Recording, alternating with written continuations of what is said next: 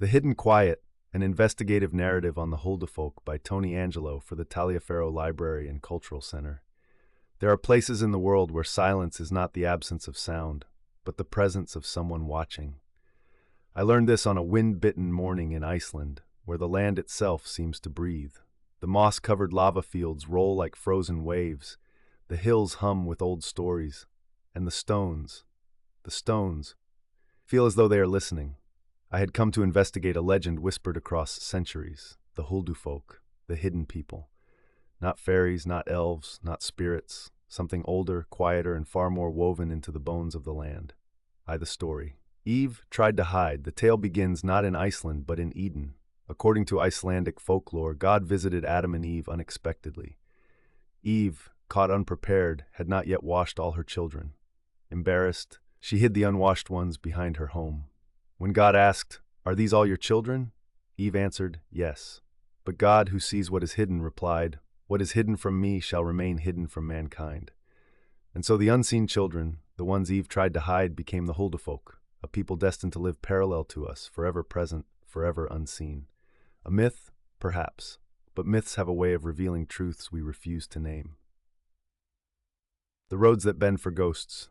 In Iceland, belief is not a hobby, it is infrastructure.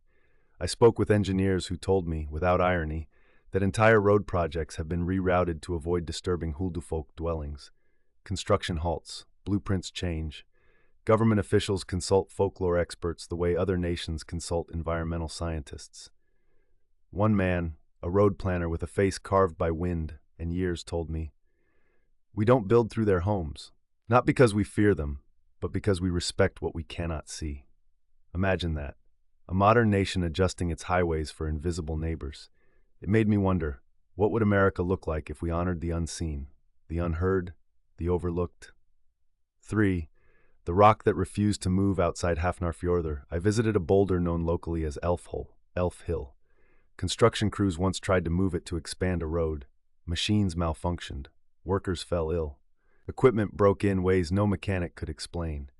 Finally, the foreman, exhausted, frustrated, and out of options, called in a folklore mediator. Yes, a mediator, for beings no one claims to see. The mediator performed a quiet ritual, asked permission, and listened. The answer, she said, was no. The rock stayed. The road curved around it like a bowing gesture.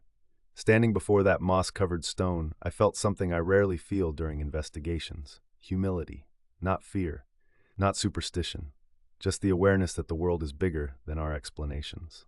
4. The hidden people and the hidden parts of ourselves.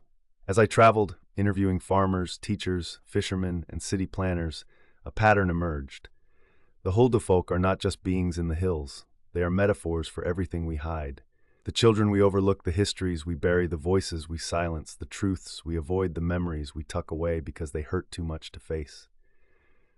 Iceland's reverence for the hidden people is, in many ways, a reverence for the unseen parts of humanity. They protect what is fragile, they honor what is quiet, they acknowledge what is invisible, and in doing so, they remind us that the unseen is still real. What the land teaches. On my final night, I stood alone on a hill overlooking Reykjavik. The northern lights unfurled across the sky like a slow-moving curtain of green fire. The wind carried the scent of cold stone and ancient stories, and in that moment, I understood. The Huldufolk endure because they represent a truth we desperately need, that not everything must be visible to be valued. Some things, some people, some histories live quietly in the margins, in the shadows, in the places we forget to look. And perhaps the greatest wisdom of Iceland is this: they make room for the hidden. VI closing reflection. As I return to the Taliaferro Library and Cultural Center, I bring this lesson with me. Every community has its Huldufolk, the unseen, the unheard, the unacknowledged.